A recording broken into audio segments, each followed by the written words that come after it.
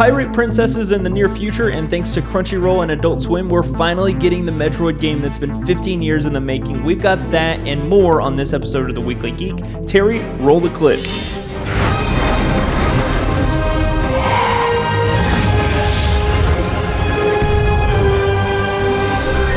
Hello AAC Universe, and welcome back to The Weekly Geek. I'm your host, Grand Admiral Joey, and thank you for living life animated. If you are new here to the Animated Apparel Company YouTube channel, make sure to subscribe and smash that bell notification button. New episodes of The Weekly Geek come out every single Friday, bringing you the best geek news from the week past. For the first bit of geek news, E3 was this week and has mostly wrapped up all of its virtual conferences. The event was mostly slow and dragged on for multiple hours, but we did get a few big reveals, including the long-awaited Metroid Dread, aka Metroid 5, which will wrap up the Metroid story arc. Luckily, Metroid 5 is set to release in October, but still not much is said about the Metroid Prime 4 game, except that Nintendo is working hard on its development. 2D platformer games really aren't my favorite personally. I think we've come farther in a species to be dabbling around with 2D games, regardless of how detailed the graphics are and the story is, but you know, maybe I'll change my mind about Metroid Dread. Also, if you want to know about Metroid Prime 4 and the setbacks and delays, I highly recommend our Nintendo expert Jake's video that he did a few months ago. He did a pretty big deep dive on where the game is and Nintendo's statements about the development setbacks. I've got an iCard up there somewhere right now, so once you get finished with this Weekly Geek, make sure you go check that out. But now I want to know, are you going to be playing Metroid 5? You enjoy 2D platformer games like this? Will you be playing Metroid Prime 4 when you're 80 and in your retirement home 60 years after its original tease? Let me know in the comments, I want to know. Next up, we got a trailer for a new anime series called Fena, Pirate Princess, that was released earlier this week. The series is going to follow a girl named Fena who works in a brothel as a servant. A stranger comes to rescue her and tells her the truth about her family and the secrets that she must unlock. Fena and her new crew then set sail for an adventure while being chased by pirates. The series is set to release in Japan in October and will most likely follow in other countries in the next few weeks. The day of its release in Japan isn't confirmed, so we might not even actually get the series until November, and the date might change as October draws near. This anime is a co-produced work by Crunchyroll and Adult Swim. You'll be able to find Fena on either Adult Swim's Toonami site or on Crunchyroll's platform, but it's important to note that Toonami will be in the English dubbed, while Crunchyroll will have the subtitles version, so based on your preference on subs and dubs,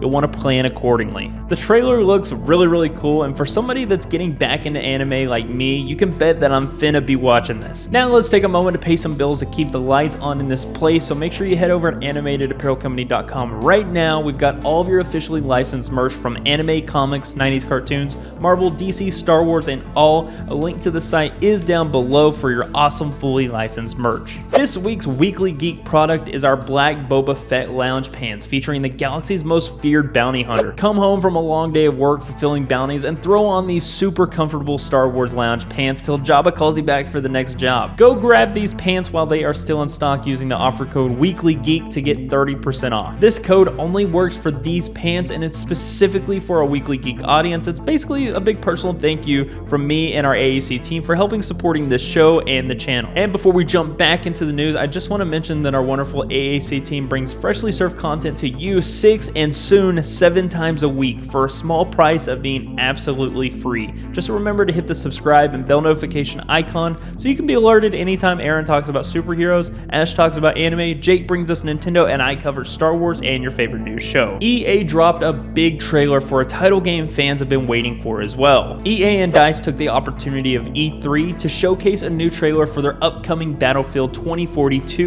The game looks insane. I'm super pumped for the release of this game and the new features that are being added to this classic Battlefield style, including weather conditions and rockets. The trailer was so chaotic, and something really makes me excited about a care package tank, and I really haven't found out why. The game is set to release on the 22nd of October, the same month as Metroid 5 and Fena, so October is already proving to be a very busy month for us geeks out there. EA has always done a fantastic job with their Battlefield series, and with so much real game footage as what's in this trailer, I don't see this game not being the big hype for FPS gamers this year and 2 years maybe following after. And if you've ever wanted to star in your own Pixar and Disney movie, then you've probably seen the internet sensation Voila AI that's been sweeping social media like a storm. The app's super powerful AI is the main draw, as people are creating big eye 3D cartoons of themselves and sharing them on social media with friends and family that go and download the filter for themselves. I'll admit the app is pretty fun to use, but the app is receiving concerns about the privacy of individuals uploading the photos of themselves in the AI app. We saw major platforms like Wired, USA Today, CBS all calling into question the individual privacy when it comes to uploading the pictures and tracking data to Voila. One of the big concerns is the app promises to delete photos and storage data it collects 24 to 48 hours after acquiring it, but there's been no public proof of this being the case, and there's no way for us to really find out right now. Also, these big outlets warn against viral apps that are too new to be completely investigated. In today's standard, it's mostly accepted that some amount of user data gets tracked when you use apps for your phone,